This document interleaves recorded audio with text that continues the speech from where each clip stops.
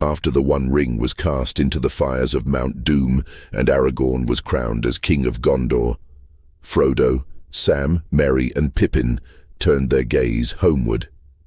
And in Peter Jackson's trilogy, the Hobbits returned to the Shire to find that it had been untouched by the Shadow. But Tolkien tells a much darker tale.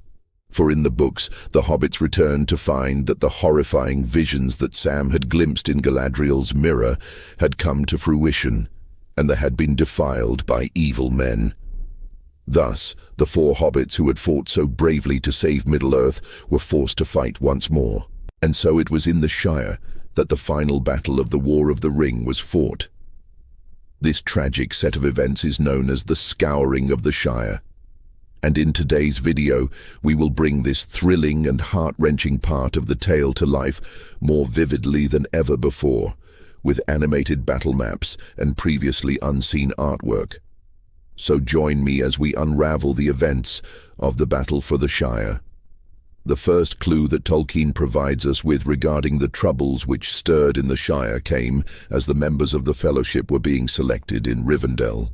For Elrond originally counselled that Merry and Pippin should not be among the members of the Fellowship, instead advising them to return to the Shire and to warn their countrymen of their peril. For the Lord of Rivendell, in his wisdom, had sensed that the gathering darkness would not halt at the borders of the Shire. "You speak gravely," said Elrond, "but I am in doubt. The Shire I forebode is not free now from peril, and these two I had thought to send back there as messengers, to do what they could according to the fashion of their country, to warn the people of their danger. In any case, I judge that the younger of these two Peregrine Took should remain. My heart is against his going. Then, Master Elrond, you will have to lock me in prison or send me home tied in a sack," said Pippin, "for otherwise I shall follow the company."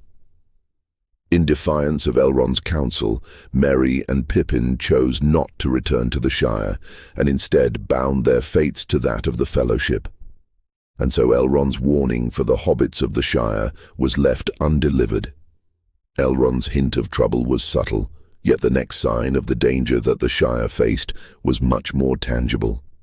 As the Fellowship lingered in Lothlorien, recuperating after the long darkness of Moria, Galadriel invited Sam to experience elf magic firsthand. She led him to her mirror, and there offered him a glimpse of things that were, things that are, and things that yet may be.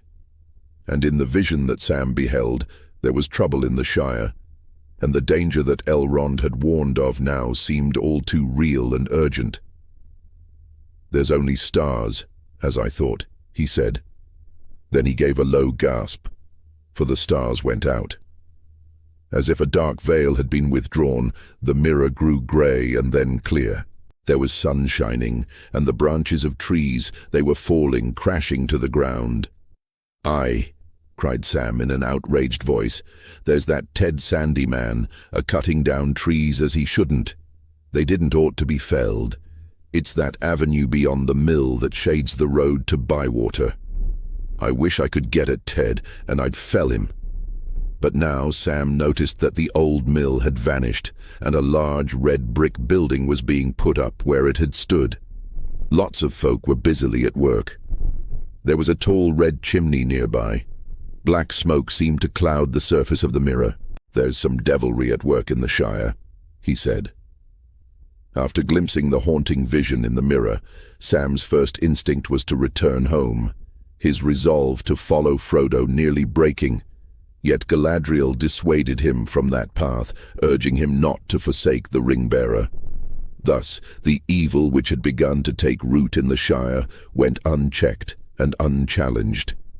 And as the four companions pressed forward into darkness, the Shire too fell deeper into shadow, left to suffer silently in the north as the War of the Ring raged on in the south. Soon after Aragorn and Arwen were wed, the hobbits began their long-awaited return journey to the Shire. The king himself rode with them northward, sharing one last journey together before parting ways. At the Gap of Rohan, they took their leave of King Elisar and continued their journey in the company of Gandalf and a host of elves, including Celeborn, Galadriel, and Elrond. And as this noble company journeyed northward through Dunland, they overtook two familiar faces, who were also venturing northwards. As they came out again into the open country at sundown, they overtook an old man leaning on a staff, and he was clothed in rags of grey or dirty white. And at his heels went another beggar, slouching and whining. "Well, Saruman," said Gandalf, "where are you going?" "What is that to you?" he answered. "Will you still order my goings, and are you not content with my ruin?" Saruman informed the company that he sought only to slip away from the lands now ruled by the newly crowned king. There was no true power left in him. What remained was but a shadow of the mighty wizard that he had once been, and in that broken figure they saw no threat. Thus they let him continue on his way, a fallen shadow retreating into exile, with his twisted servant Grimmer Wormtongue trailing reluctantly at his side. Yet before their paths diverged, Merry first reached into his pack and offered Saruman the last of his pipeweed, which he had salvaged from the flotsam of Isengard. "Mine, mine, yes, and dearly bought," cried Saruman, clutching at the pouch. "This is only a repayment in token, for you took more, I'll be bound. Still, a beggar must be grateful if a thief returns him even a morsel of his own. Well, it will serve you right when you come home, if you find things less good in the South Barding than you would like. Long may your land be short of leaf." Saruman's parting words stirred the unease of the hobbits, deepening the quiet concerns that they carried regarding the fate of the Shire. As their journey continued, winding steadily homeward, they passed into the ancient elven land of Eregion. From there, Celeborn and Galadriel led the Galadrim away to the east, taking the mountain pass which led them back to the land of Lothlorien. Gandalf and the hobbits continued on with Elrond, returning to Rivendell, where Frodo was once again reunited with Bilbo. Yet even in the company of Bilbo and the elves, Frodo could not find peace. After just a fortnight, he grew restless, and a quiet urgency stirred within him. The Shire called him home, and Sam too was burdened with the growing worry for his gaffer. Much to the delight of the hobbits, Gandalf offered to accompany them a little further, and so the five companions took their leave, parting with Bilbo and Elrond. Their path then led them past Weathertop and the marshes, which they had passed through on their journey eastward, and past Chetwood, before reaching Bree. Although the war in the south was over, it seemed as though the folk of the north were still wary, for the gatekeeper greeted them with much suspicion. However, once within the walls, they were warmly greeted by Barlamund Butterbur at the Prancing Pony. Also, Sam was reunited with his beloved Bill, the pony that had been set free long ago before the Fellowship entered Moria, and seeing him again filled Sam with joy.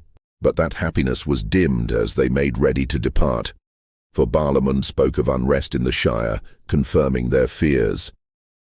"I should have warned you before that all's not well in the Shire neither, if what we hear is true. Funny goings-on, they say. But one thing drives out another, and I was full of my own troubles. But if I may be so bold, you've come back changed from your travels, and you look now like folk as can deal with troubles out of hand. I don't doubt you'll soon set all to rights. Good luck to you, and the oftener you come back, the better I'll be pleased." The four hobbits, Gandalf and Bill the pony, departed Bree and pressed on westward towards the Shire. As they journeyed, talk turned to the troubles that Barlamund had hinted at, and Sam spoke of the vision he had glimpsed in Galadriel's mirror, an image that refused to fade from his mind. The hobbits theorized that Lotho Sackville Baggins was likely to be at the heart of the unrest, but Gandalf urged them not to forget about Saruman. For Saruman, he said, had cast his eye on the Shire long before Mordor ever learned of it. This was Gandalf's last word of caution, as he would only ride with the hobbits a little further, just until they reached the spot where they had once taken their leave of Tom Bombadil after their terrifying ordeal with the Barrow-wights. From there, Gandalf guided Shadowfax into the mist that drifted over the Barrow Downs as he made for the house of Bombadil. And so, the four companions who had first set out together were alone once more. Side by side they journeyed on, ready at last to face the truth of what had become of their beloved Shire. As the hobbits approached the Brandywine Bridge, they found that the path was blocked. For at each end of the bridge, cruel gates had been raised, grim and unwelcoming. They struck the outer gate and cried out for passage, but the group of wary hobbits who emerged refused them entry. These guards spoke of a new authority, from whom they took their orders, a mysterious figure that they called the Chief.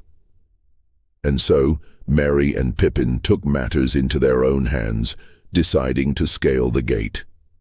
The guards did not put up a fight against these two particularly large and dangerous-looking hobbits, and soon enough, all four companions had crossed the Brandywine, and at long last, returned to the Shire. The guards, although they were clearly very concerned about all this rule-breaking, were friendly enough and offered the four companions shelter for the night in a house by the bridge.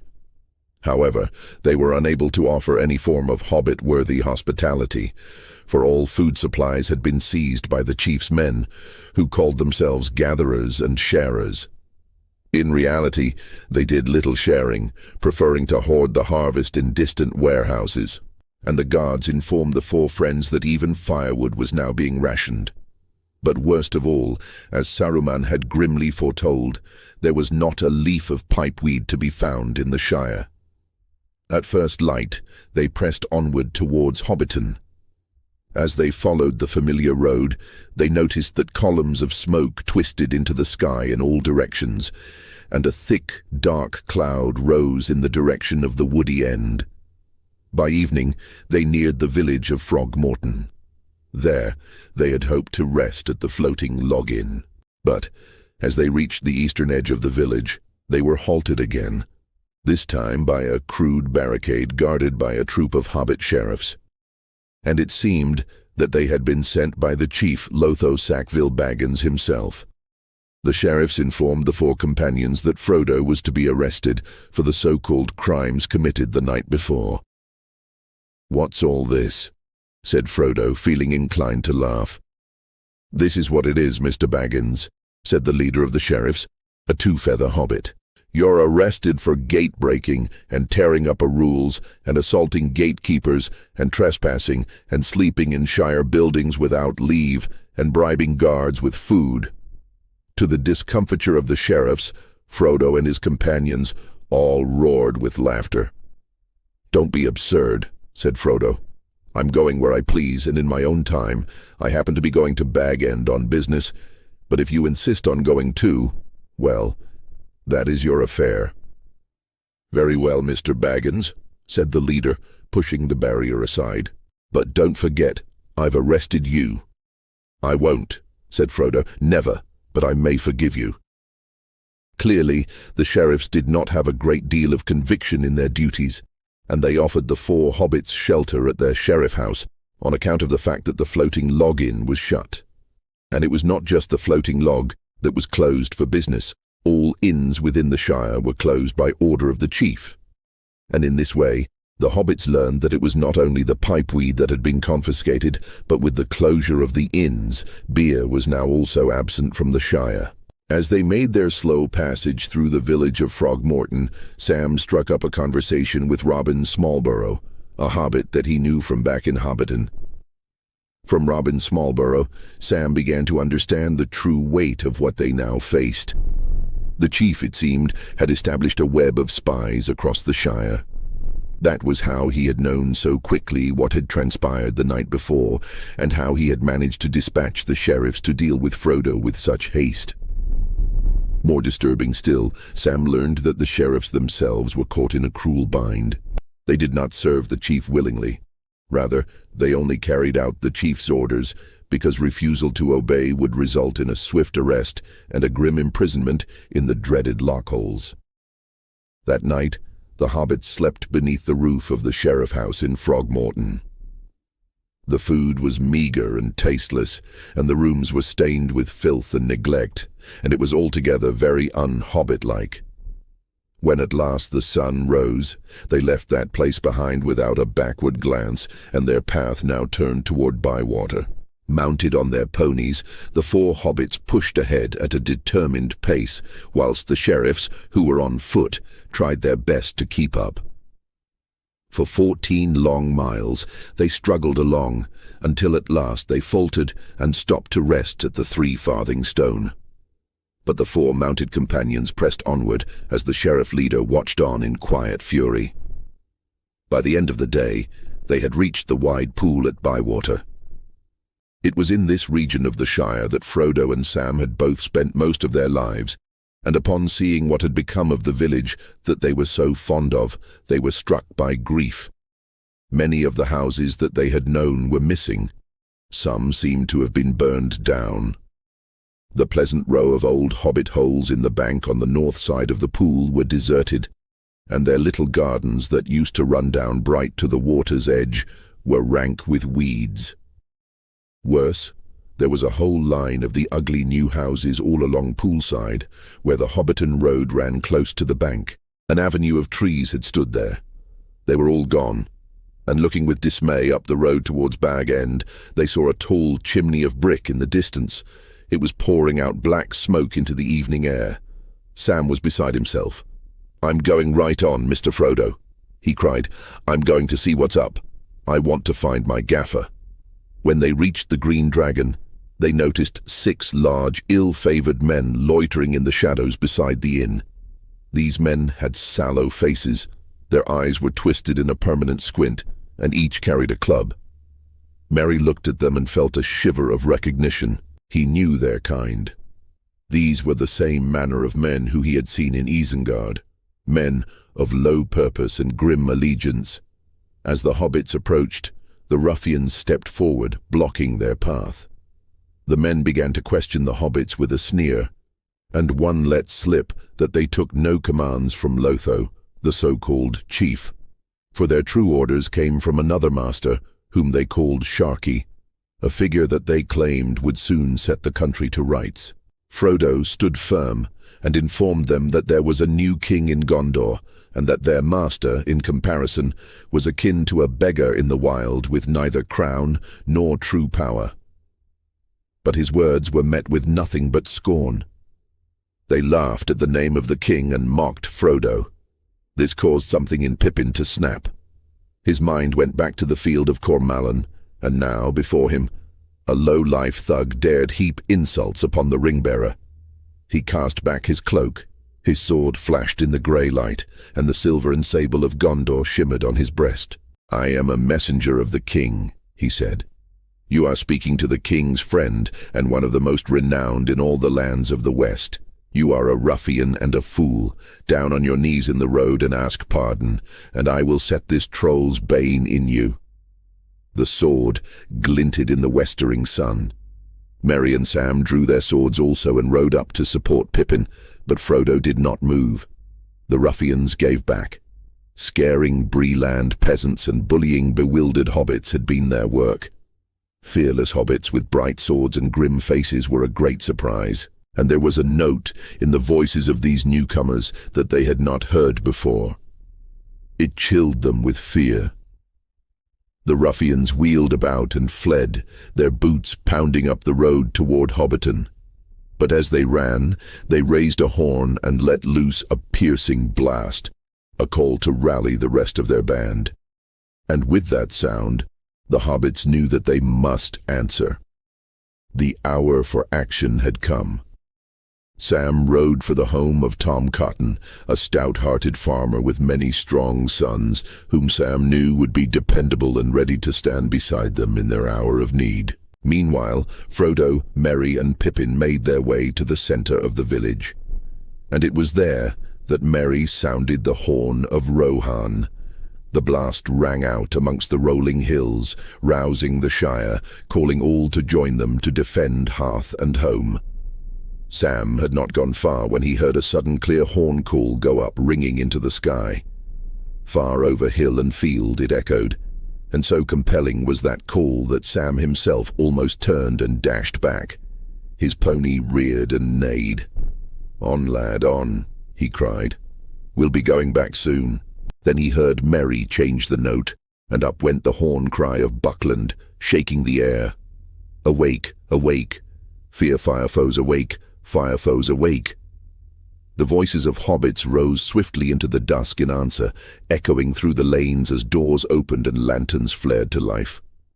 And before Sam had even reached the end of the lane, Farmer Cotton appeared with 3 of his sons beside him, each gripping an axe. And by the time Sam returned to his friends, the village had fully awakened and Bywater was up. More than 100 hobbits had gathered, bearing axes, heavy hammers, long knives, strong staffs and hunting bows. More still were coming in from the outlying farms with fire in their hearts and purpose in their stride. Merry directed the swift raising of barricades across both ends of the road, sealing the village in readiness. Scouts were dispatched, and a fire of defiance was kindled at the heart of the village, its flames dancing high into the night sky. Beside the fire, Frodo conferred with Sam, Merry, Pippin, and Tom Cotton. From Tom he learned what he could of Sharky's strength. Around 50 of the ruffians were garrisoned in Hobbiton, while others were stationed farther south in Longbottom, and more still waited at Sarn Ford, the Woody End, Waymeet, and the Lockholes in Mickle Delving. They calculated that Sharky must have around 300 men at his command, but Tom Cotton also spoke of more heartening news. For not all of the hobbits had bent the knee to the chief, and a strong pocket of resistance yet held firm within the borders of the Shire. When Lotho had sent his men to threaten the Tooks, they had found them harder to intimidate, and Pippin's father, Paladin Took II, the rightful Thane of the Shire, had refused to yield Tookland. As Thane, Paladin had the command of the Shire muster and of the hobbitry in arms. Therefore, when Sharky's men crossed into Tookland, they had been met with a hail of arrows. This news lifted Pippin's spirits, and vowing to return the next morning, leading an army of Tooks, he mounted and rode cross-country. Not long after his departure, a band of Hobbit scouts returned from the direction of Hobbiton. They reported that more than 20 of Sharky's men were advancing, and 2 others had slipped west toward Waymeet, likely to summon reinforcements. Sure enough, before long, a squad of ruffians swaggered down the road. When they saw the barricade, they laughed aloud, confident that nothing in this gentle land could withstand 20 hardened men. The hobbits, at Merry's command, pulled back the barrier and stepped aside, allowing the ruffians to enter the village. Mocking and fearless, the men strode forth, blind to their peril, and they did not notice the small, silent figures closing in around them. When the men reached the fire, there was Farmer Cotton standing all alone, warming his hands. "Who are you, and what do you think you're doing?" said the ruffian leader. Farmer Cotton looked at him slowly. "I was just going to ask you that," he said. "This isn't your country and you're not wanted." "Well, you're wanted anyhow," said the leader. "We want you. Take him, lads, look out for him, and give him something to keep him quiet." The men took one step forward and stopped short. There rose a roar of voices all around them, and suddenly they were aware that Farmer Cotton was not all alone. They were surrounded. In the dark, on the edge of the firelight, stood a ring of hobbits that had crept up out of the shadows. There was nearly 200 of them, all holding some weapon. Merry stepped forward and offered them a chance to yield. He made it clear that they stood exposed in the light of the fire and that many bows were trained upon them. But the leader, flush with arrogance and emboldened by the score of his fellows behind him, scoffed at the warning. He was unafraid, due to his misguided belief that halflings posed no true threat. With a snarl of defiance, he charged into the encircling hobbits, raising his weapon high to strike Merry down where he stood. Yet, before his blow could fall, 4 swift arrows found their mark, and he fell dead at Merry's feet. Seeing their leader struck down so swiftly, his men instantly surrendered. They were bound hand and foot, and locked away under watchful guard. Merry then mounted his steed, and rode into the night to scout the surrounding lands. Nothing further occurred that night, but at first light, a rider from Tookland galloped into the village with urgency. He brought the news that the Thane had put out the call to arms, and that word of their rebellion was spreading like wildfire. The messenger also brought news of a skirmish that had taken place during the night in Tookland. As soon as Pippin had arrived and roused the Tooks, they had immediately launched an attack on the ruffians, who were skulking on the borders of their lands. Some of these men had escaped with their lives and fled south, likely seeking to rouse the larger gang which was stationed in that direction. Therefore, the Thane had chosen to give chase in order to hold them off. But before he departed, he had divided his forces and sent Pippin back, leading all the folk he could spare on a long march through the night in order to reach Bywater as soon as possible. This news gave them hope, but shortly after the messenger had arrived, Merry also returned. His face was grave, and his words graver still. The ruffians had rallied in the night and mustered a large force, around 100 strong, and they were now only around 4 miles away, marching from Waymeet and burning as they came, leaving scorched fields and blackened hedgerows in their wake. Their numbers and the superior stature of the ruffians meant that this fight would be costly indeed, with no guarantee of victory. But then came the sound of many feet, steady and swift.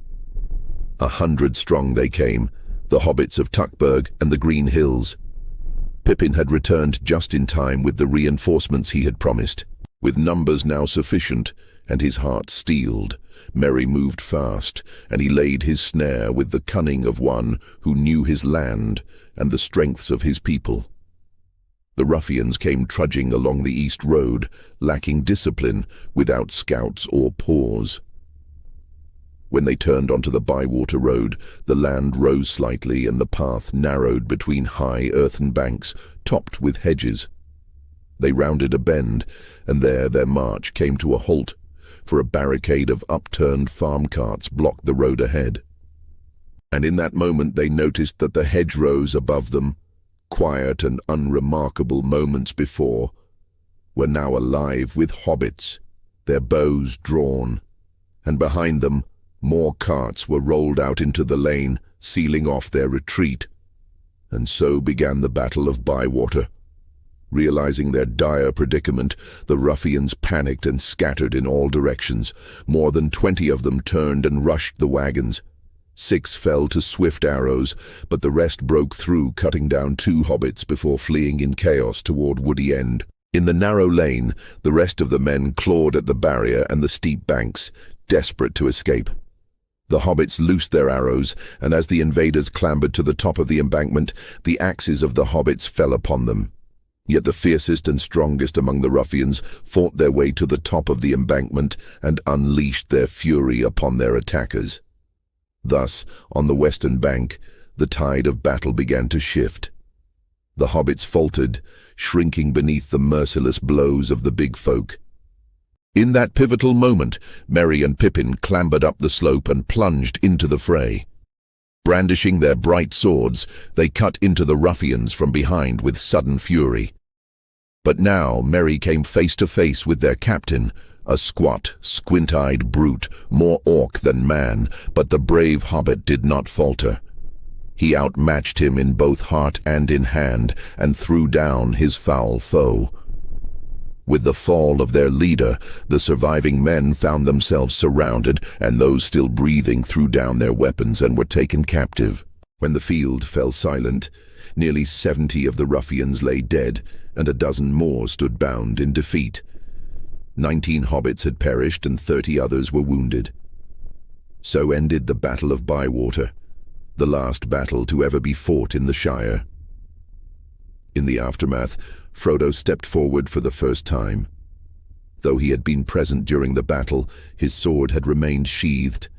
But now grief and fury had begun to twist the hearts of his fellow hobbits. Blinded by sorrow and a hunger for revenge, they tried to turn on the captives. But Frodo intervened, and the blades of the vengeful were stayed. Had he not acted, the stain of slaughtering unarmed prisoners would have marred their triumph that day. A shadow upon the honor they had fought to reclaim, a curse.